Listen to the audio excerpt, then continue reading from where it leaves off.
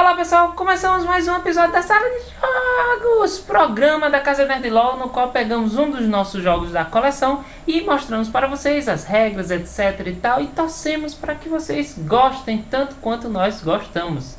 Hoje eu não estou com minha Player 2, mas não vamos deixar de fazer combos, não só apenas com meia lua pra frente e soco em Street Fighter Deck Building Game.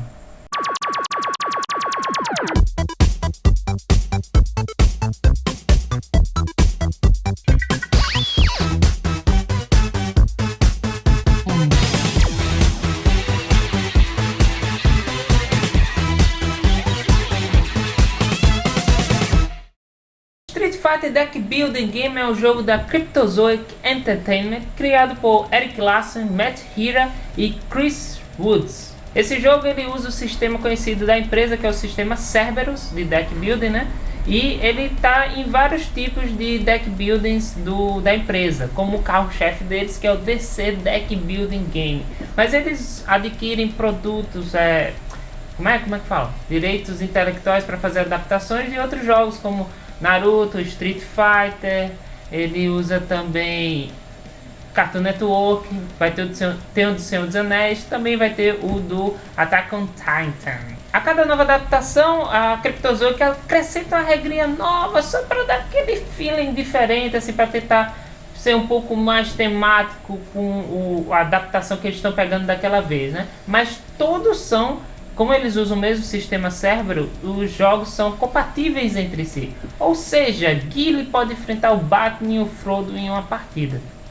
Então, vamos dar uma olhada nos componentes do jogo. Lembrando para vocês que são mais objetivos, diretos, vocês podem olhar na descrição desse vídeo a minutagem do vídeo. Então vai estar lá componentes, regras, análise, está tudo separadozinho pelos minutos, que você pode clicar e ir direto para o ponto onde você quer. Tá certo? Então vamos dar uma olhada nos componentes. Deixa que essa parte eu me encarrego.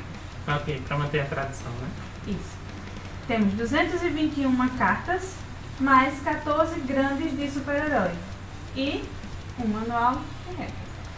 Vamos agora ao setup do jogo e à medida que a gente vai montando a mesa, a gente vai explicando as regras. Cada jogador, de forma aleatória ou não, escolhe um dos super-heróis. Sim, vilões em termos de regras são considerados super-heróis para o jogo.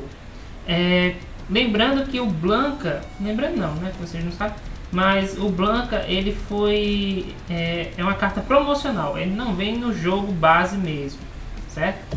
Aí todo mundo escolhe seus personagens, vamos dizer que foram 4 jogadores. O restante dos super-heróis você vai embaralhar de uma forma bem melhor do que essa, mas embaralha e forma um monte virado para baixo em um canto do tabuleiro. Então cada jogador recebe 3 cartas de vulnerabilidade e 7 cartas de punch, de soco. Então você vai pegar essas cartas, vai embaralhar de uma forma muito melhor do que essa, como sempre. Estou fazendo de forma rápida. E aí vai criar o seu deck pessoal. Esse deck pessoal vai, com o tempo do jogo, vai ficando maior e melhor. A carta de soco ela oferece mais 1 de poder. Todo deck build, pelo menos que eu joguei, sempre trabalha com um tipo de moeda que usa para comprar as cartas. No caso de Street Fighter Deck Building, ele usa o poder, certo? Então, para você, quanto maior o poder, maior o poder de compra, entendeu? E as cartas de vulnerabilidade são realmente isso, uma vulnerabilidade. Elas não fazem absolutamente nada quando são puxadas do deck ou quando são jogadas. Elas só servem para encher sua mão de porcaria, né? As cartas de vulnerabilidade e soco que sobrarem saem do jogo, voltam para a caixa. Procure as cartas ultras de cada personagem. Cadê? Akuma. E coloque-as debaixo de seus respectivos personagens de cada jogador, viradas para cima.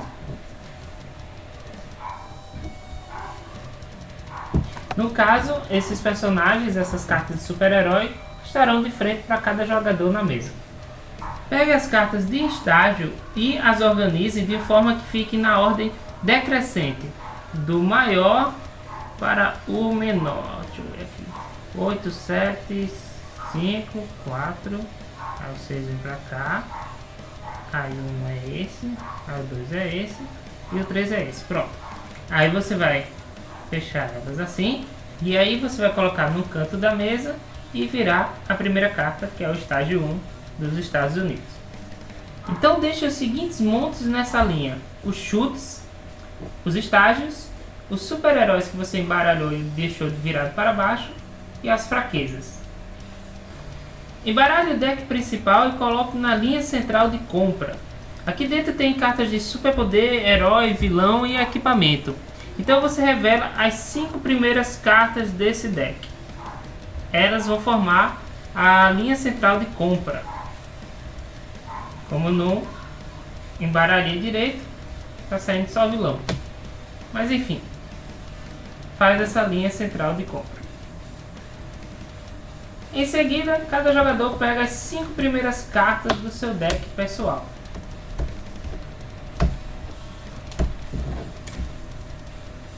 E a mesa do jogo deve ficar mais ou menos assim. Como sempre, no espaço a gente junta tudo, mas a ideia é essa. Com a linha de compra principal, a alcance de todos e a vista de todos, com a outra linha também. No manual mostra ela no sentido oposto, do outro lado, né? Aí depende de como você vai distribuir a mesa. Cada jogador com o seu deck pessoal para tirar as cartas, as 5 cartas ficam na mão. Lembrando que tem que ter um espaço para ficar o seu descarte pessoal também. Para quem está familiarizado com a mecânica Deck Builder, sabe o que está por vir. Mas quem não conhece, essa mecânica, a ideia dela é você comprar cartas para formar seu deck pessoal. Tipo, você customiza o seu deck pessoal durante a partida. Você não vem com o deck pronto assim, oh meu Deus, esse é o deck que eu vou usar durante todo o jogo. Não, você vai comprando as cartas, vendo o que você quer fazer, como está a mesa, como é que estão os seus oponentes, e vai comprando as cartas e customizando seu deck. Então os jogadores decidem quem vai ser o primeiro jogador, de forma aleatória, do jeito que quiserem. Aí ele começa o turno e depois segue o sentido horário. A cada turno você vai poder comprar cartas da linha central de compra, como também do monte de chutes, dos estágios e ou das cartas abaixo do seu super-herói. Não só as outras vão ficar abaixo do seu super-herói. Durante o jogo pode ter outras cartas também. Para comprá-las, você vai jogando as cartas da sua mão e fazendo seus efeitos. Acumulando poder ao seu critério, você vai poder comprar uma das cartas que a gente mencionou, da linha, do chute ou do estágio, etc. Você pode até mesmo, se não quiser, não precisa jogar todas as cartas. Às vezes você tem uma carta que você não quer jogar. E depois das compras você ainda pode jogar mais cartas. A moeda do jogo é o poder. Então se você acumular poder, você vai poder comprar cartas. Nesse canto aqui é o custo daquela carta. Você pode comprar quantas cartas quiser naquele turno. Mas você não pode, por exemplo, guardar poder para o próximo turno. Se você não utilizou, aquele poder é desperdiçado. Neste exemplo aqui você tem 5 de poder. Então você joga as 5 cartas e tem 5 de poder. Então temos, por exemplo, você pode comprar a carta do Sodom, que é 5. Ou você pode comprar a carta do Balrog junto com a carta da Juri. Ou você pode comprar duas cartas de Juri, que são 4. Ou a carta do Juri e a bandana do Ryu. Ou então uma das de 2 com o chute. Então você pode fazer qualquer combinação dessa para comprar a carta. As cartas que você comprou ou ganhou, elas vão para sua pilha de descartes, viradas para cima, a não ser que algo diga ao contrário. No final do seu turno, algumas coisas acontecem na seguinte ordem. Primeiro resolva todas as coisas, todos os efeitos que tem ao final do seu turno. Coloque então as cartas que você jogou e as possíveis restantes que você tenha deixado na mão no seu deck ou no seu descarte pessoal, viradas para cima.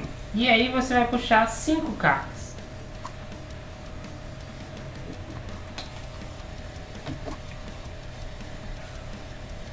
Certo? Vamos fingir que no caso só tinha uma carta aqui. Porque quando chegar essa parte e você for pegar 5 cartas e não poder pegar as outras, você vai ter que embaralhar seu deck, seu descarte pessoal, para se transformar no seu deck pessoal. E aí você vai puxar até a quantidade para formar 5 cartas.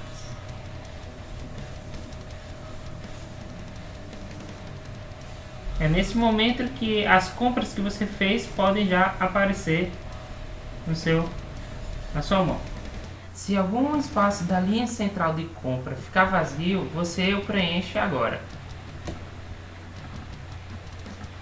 É importante você saber que se ele ficar vazio na hora que você comprou ou que você ganhou alguma carta da linha central, você não preenche naquele momento, você só preenche no final do seu turno.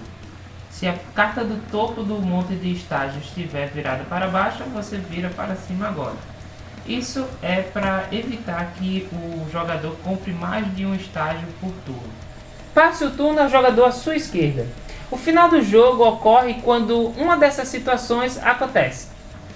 Você não tenha mais cartas de estágio viradas para cima. Você não consegue preencher todos os 5 espaços da linha central de compra. Quando isso acontece, todos os jogadores retornam as cartas em jogo, provavelmente suas locações, de volta para o seu deck pessoal. Também as suas cartas da mão voltam para o deck pessoal de cada jogador. As cartas que estão embaixo do seu super-herói não são contadas para o final do jogo, tipo, elas são ignoradas, elas não vão para o deck pessoal, ficam lá até você arrumar o jogo e botar dentro da caixa. Calcule os pontos de vitória, é o número que tem dentro da estrelinha na carta. Some todos e diminua com os pontos negativos de fraqueza que você tiver no deck. E os números que não tem número, na verdade, que tem um asterisco, a própria carta está dizendo como é que você vai calcular qual é o ponto de vitória que ele vale. E quem tiver mais pontos vence o jogo. Em caso de empate, quem tiver mais cartas de estágio vence o jogo. Em caso de empate de novo, quem tiver mais cartas no total no seu deck pessoal vence o jogo. Em caso de empate novo, aí vai aparecer alguém com voz de locutor e vai gritar "Raw!". E essa é a ideia básica do jogo, comprando cartas com habilidades que formam combos para você ter mais poder, para você comprar cartas de estágio, ou comprar mais cartas, para poder secar o deck mais rápido, alguma coisa nesse sentido. Para ajudar você, eu vou ensinar algumas regras adicionais, vou explicar na verdade as regras adicionais que são parte integrante da estratégia do jogo. Há cartas de ataque que afetam um ou mais jogadores. Quando isso acontece, ou o jogador escolhe um inimigo, ou todos os inimigos são afetados por aquela carta, os oponentes podem ter a chance de usar uma defesa de sua mão. Então, geralmente, ou eles usam uma carta de defesa, ela tem sempre o nome defesa, e geralmente faz com que você reponha a sua mão depois de descartá-la para se defender. Ou seja, quando chegar no seu turno, você não vai ficar com menos cartas por causa disso. Você não vai se prejudicar por se defender. Ou então você pode simplesmente usar uma carta que apenas se revela para dar uma vingancinha. Você não se defende do ataque, mas pelo menos você se vinga do oponente por ele ter atacado você. Quando a carta de ataque ela é defendida, a defesa, se não diz o contrário, ela não anula todos os benefícios que a carta de ataque dá. Isso quer dizer o quê? Que quando a pessoa se defende de uma carta de ataque, o jogador que jogou aquela carta continua usando o +2 de poder naquele turno. Quando é uma carta de ataque que afeta todos, começando pelo o oponente à esquerda do jogador que jogou aquela carta, cada um vai jogando sua carta de defesa se quiser, no sentido horário. E por falar em defesa, é um bom momento para falar das ultras e do contra-ataque.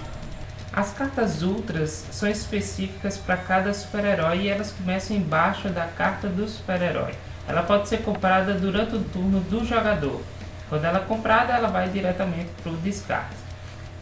As cartas ultras podem ser usadas tanto como ataque como defesa. Quando elas são usadas como defesa, ela vai ser reembaralhada no seu deck pessoal para evitar um ataque, e aí vai puxar uma carta. E então você usa o contra-ataque contra aquele atacante que lhe atacou, né? E o contra-ataque está descrito na carta da sua carta de super-herói. Cada oponente, cada jogador, cada super-herói tem um tipo de contra-ataque que faz uma coisa. Para efeito de jogo, o contra-ataque é como se o oponente estivesse lendo aquela carta. Então você vai ler o oponente vai ler o contra-ataque e fazer aquele efeito. Contra-ataque é um ataque, portanto o oponente ele pode usar uma carta de defesa para se defender desse contra-ataque que você usar. Até mesmo ele pode usar uma ultra, a carta ultra dele, fazendo um contra-ataque contra o contra-ataque, defendendo e fazendo contra-ataque. O contra-ataque só pode ser usado uma vez por turno. Então você não pode fazer o contra-ataque do contra-ataque do contra-ataque, já que a ultra era em baralho e você pode puxá-la de volta para sua mão. As cartas de estágio são locações, então quando você compra a carta de estágio ela vai do descarte pessoal. Mas aí quando você joga, depois de pegar do deck pessoal, você joga, ela não vai ser algo que vai ser descartado. Ela vai ficar ao lado ou à frente da sua carta super-herói. Porque agora ela serve como locação e as locações têm algumas habilidades permanentes que acontecem durante o jogo. Então no caso aqui, ó,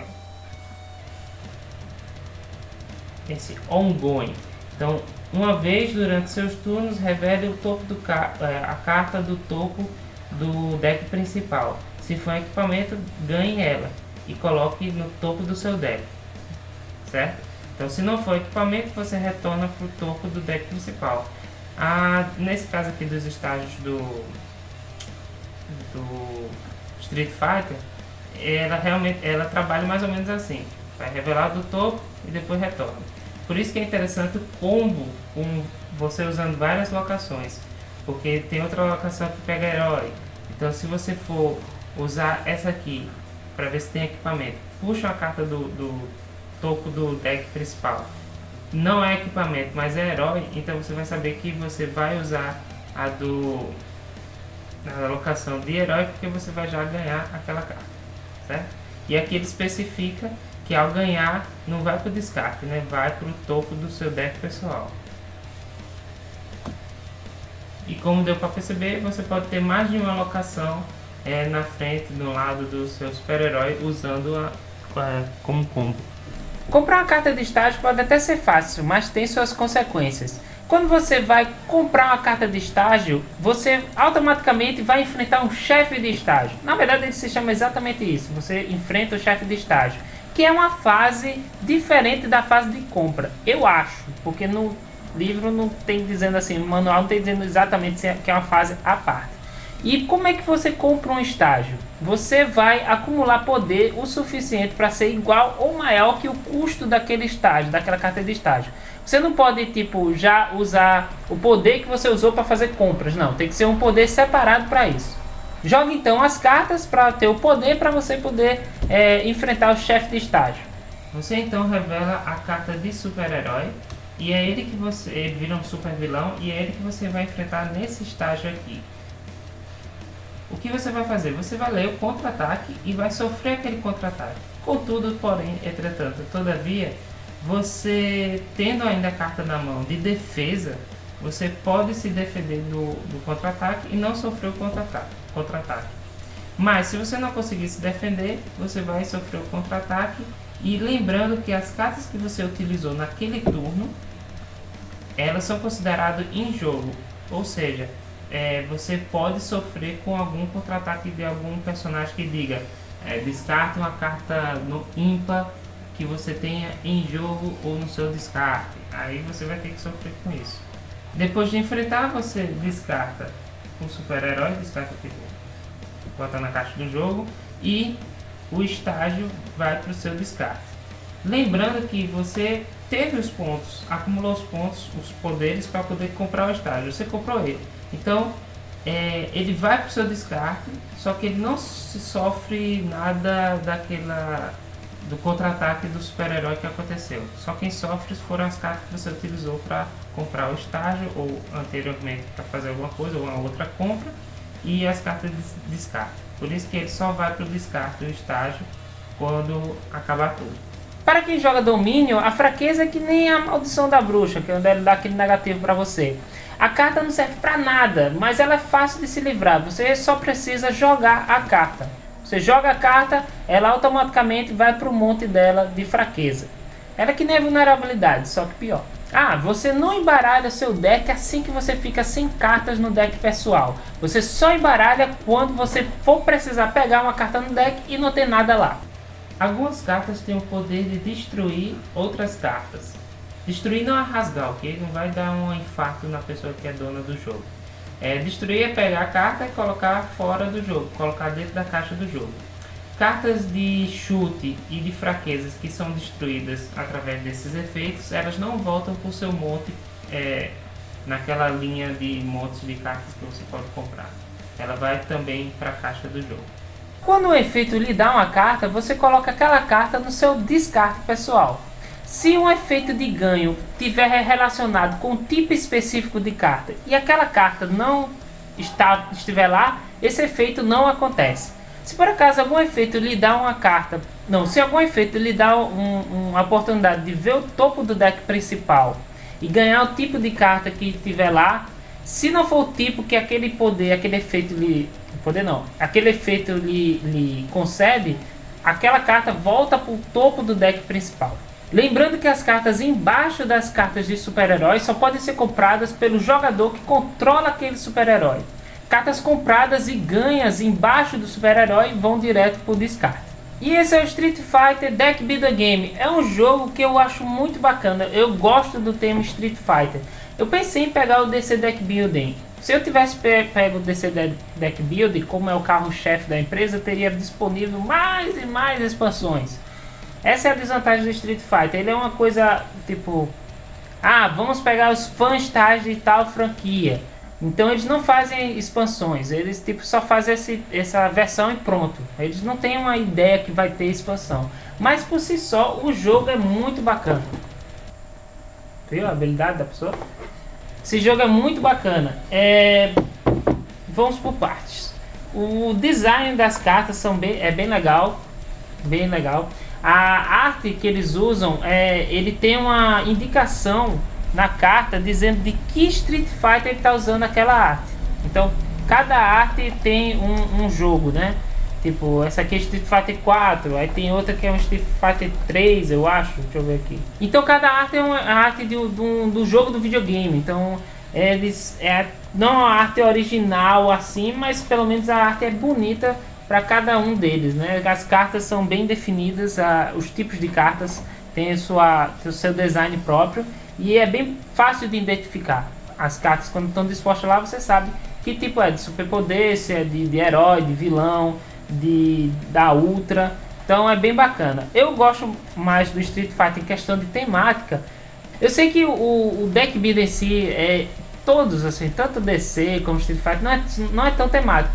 Mas eu ainda acho que o Street Fighter é mais temático que o da DC. Eu sei que roteiristas podem inventar motivos, enfim, tal, para o Batman ficar soltando raios pelos olhos, mas eu ainda consigo ver o Street Fighter. Porque o Street Fighter, você é um personagem tal, é Honda, Vega, etc. Mas não é tipo uma luta entre você e o cara lá não, porque isso não dá para recriar pelo deck builder. É como se fosse a animação do Street Fighter, você vai andando pelo mundo lutando com personagens e tal, vai tendo amigos que vão lutando com você, lhe ajudando e tal. E é mais fácil você imaginar o lutador treinando o suficiente para poder soltar um Hadouken por si só, do que realmente Batman pegar o tridente, Batman soltar raio e tal, voar, essas coisas.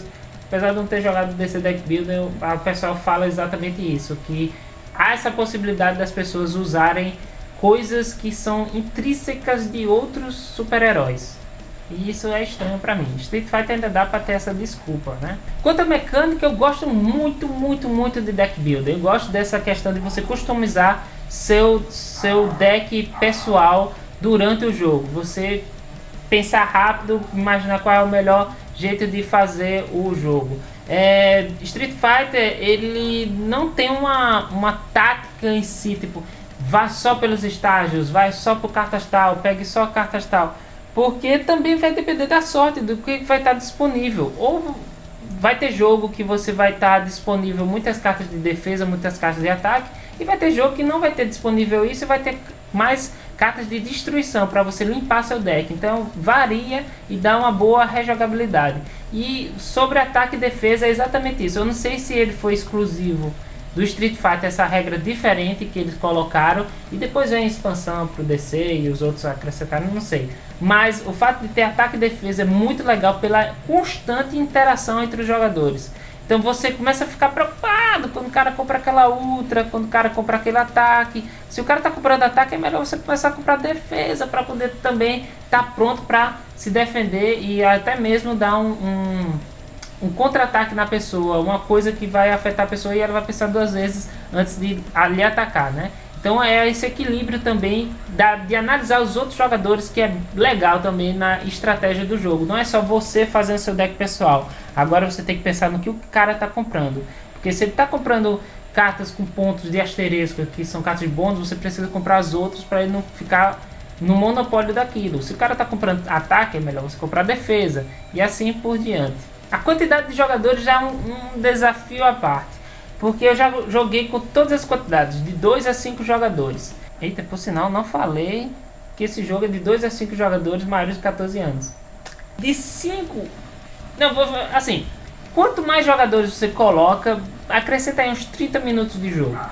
Só se o cara for muito acostumado com deck building, pode ser rápido realmente.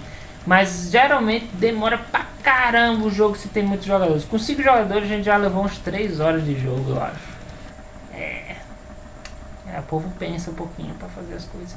Mas assim, quando você está jogando, você não percebe que o tempo está passando tanto tempo, né? O jogo é bem dinâmico, é bem divertido, então você não percebe isso. Mas para quem realmente não gosta de demorar muito nos jogos, você vai perceber que está demorando um século. O ideal seria 5, se você gosta de deck building, gosta de ficar jogando deck building, é legal. Mas o ideal seria 4 a 3 jogadores. E com 2 jogadores é bacana o jogo. Sempre algumas cartas perdem sua força.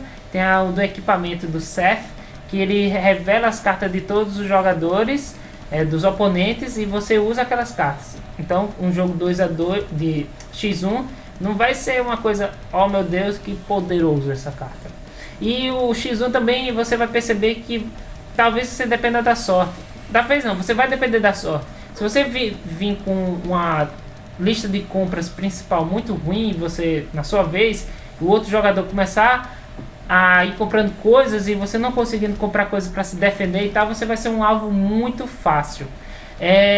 Ou tipo assim, se você não vai virar um alvo muito fácil, você tem que saber fazer as decisões corretas por 3 turnos. Se você não fizer as decisões corretas, além desse azar, você vai ficar apanhando que só. E é outra coisa que esse jogo eu acho bacana, que pelo menos, ele não tem um tema tipo, oh meu Deus, que tema pro deck building, mas ele pelo menos recria você apanhando e você dando surra na pessoa. Porque você realmente sente que, tipo assim, quando a pessoa tá perdendo muito, você sente que tá dando umas porradas nela. Você encostou ela no canto da tela do jogo, tá dando Hadouken, Shoryuken e tá apelando e batendo na pessoa, porque ela não conseguiu se defender, etc.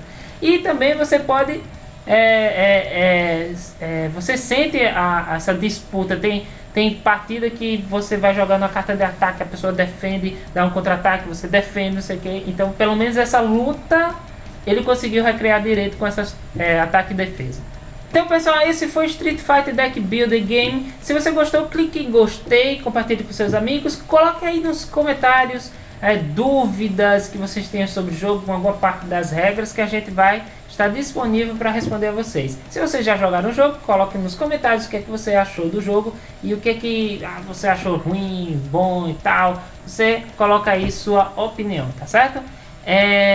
Para a dica do próximo jogo, gente, é o seguinte: vamos voltar pro trem, mas dessa vez numa corrida de ricaços.